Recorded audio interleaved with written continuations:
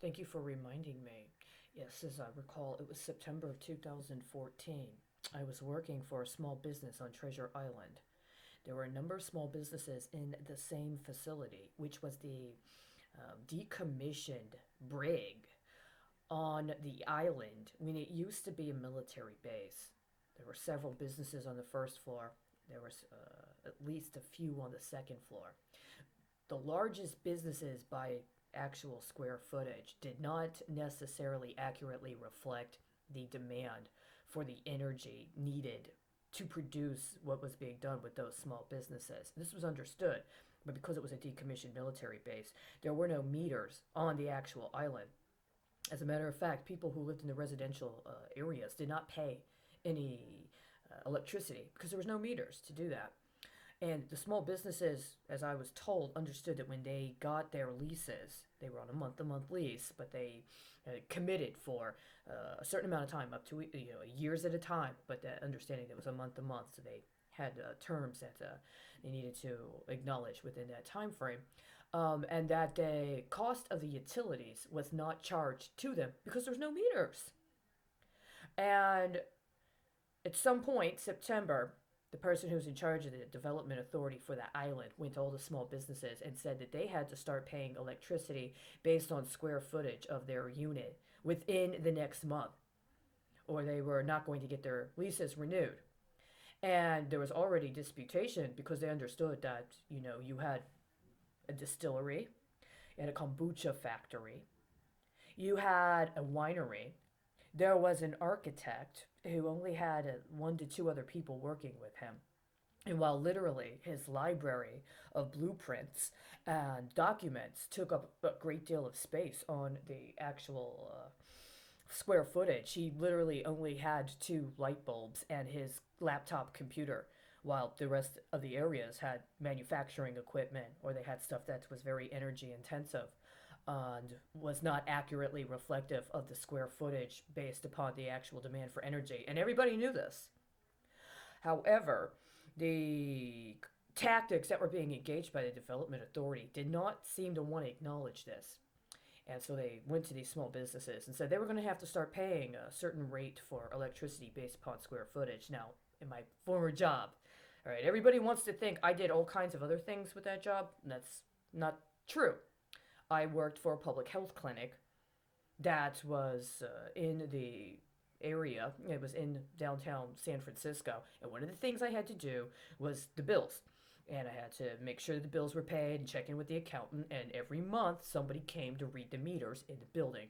And there had been a process where everyone had to understand what it meant to read the meters, especially with the smart meter program that was taking into effect things that were changing in the city. And on the island, it was a very rudimentary electricity system, so it was very different.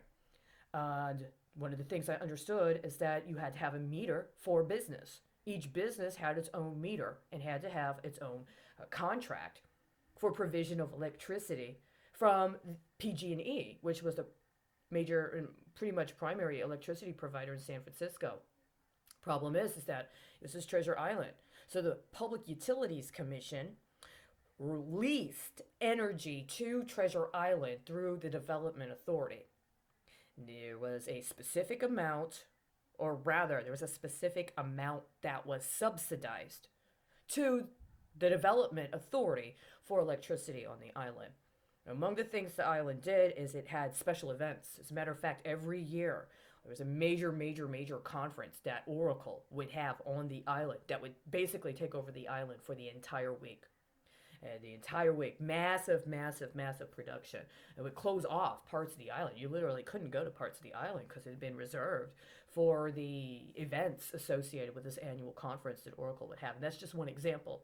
They had abandoned airport hangars on the island. And so they would have these massive events. And somehow they would find a way to rent these out to whoever those producers were, whoever the promoters were for those events. But that was not discussed with anybody that was working with these small businesses. They were just told they had a month to start paying the rate based on square footage. And I knew that that was not legal. And I first contacted PG&E, and I first contacted even, I think, the PUC, and was told by law they can't do that. That they have to have an engineering report They have to have an engineering report. They have to pay for an engineering report to be performed on the location.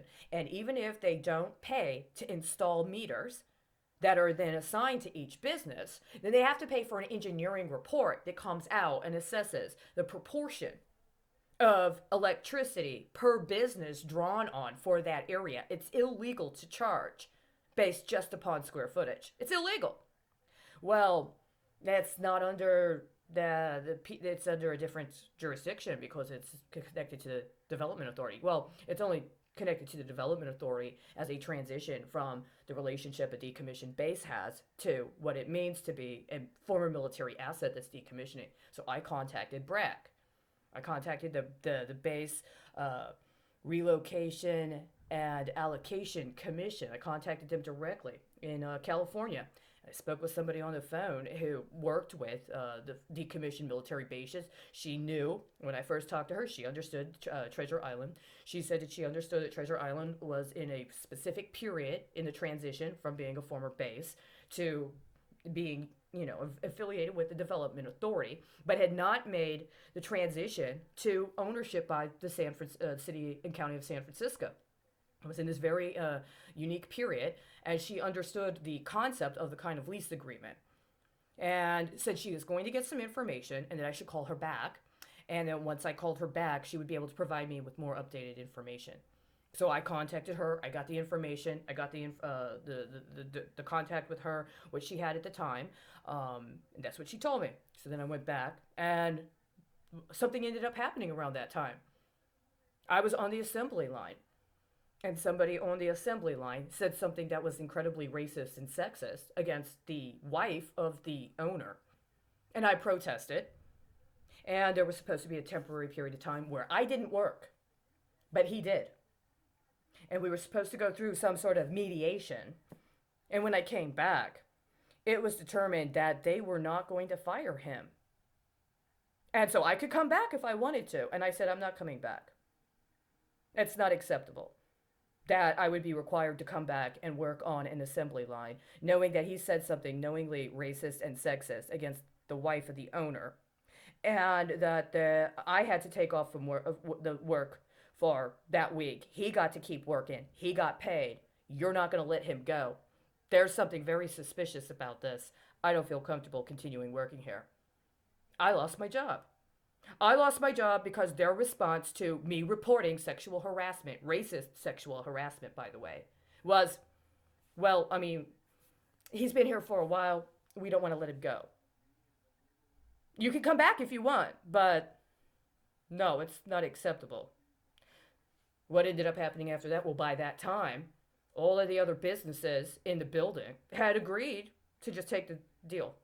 It was too complicated.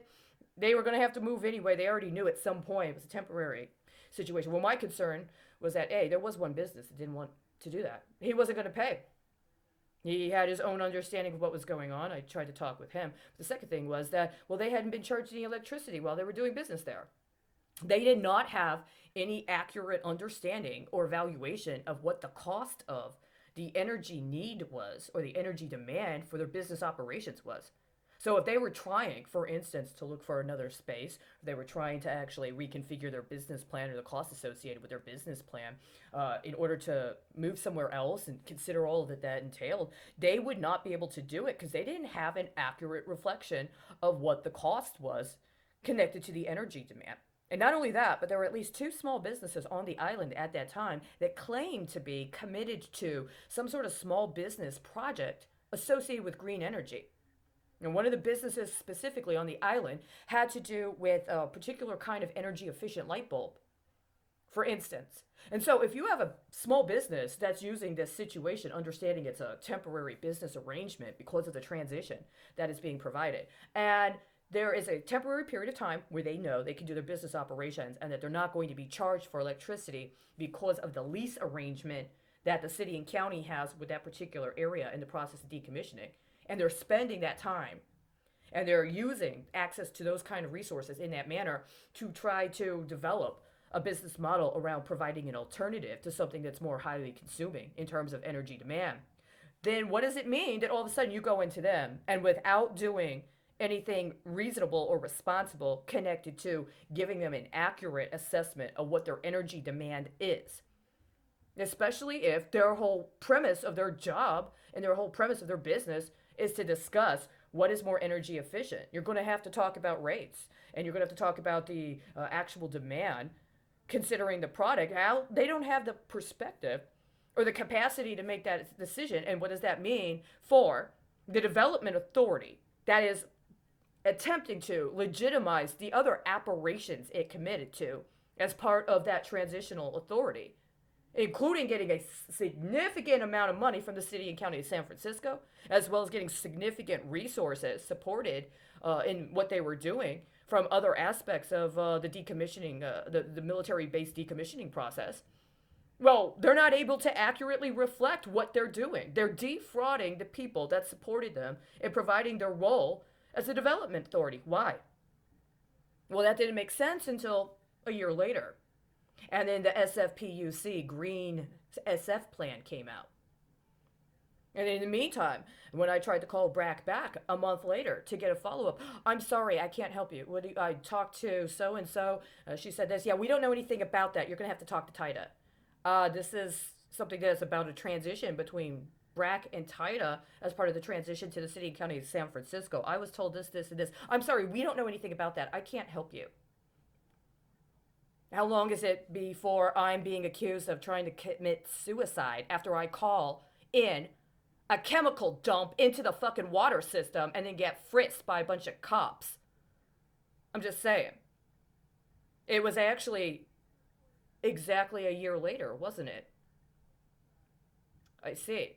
So now the timeline's making sense, because around that time that was happening and those small businesses were being strong-armed in San Francisco, apparently there were people that were engaged in protest against smart meter programs in their local areas, including here in Texas. Where are those people? Why am I literally not allowed to speak to one other fucking person in the entire state of Texas?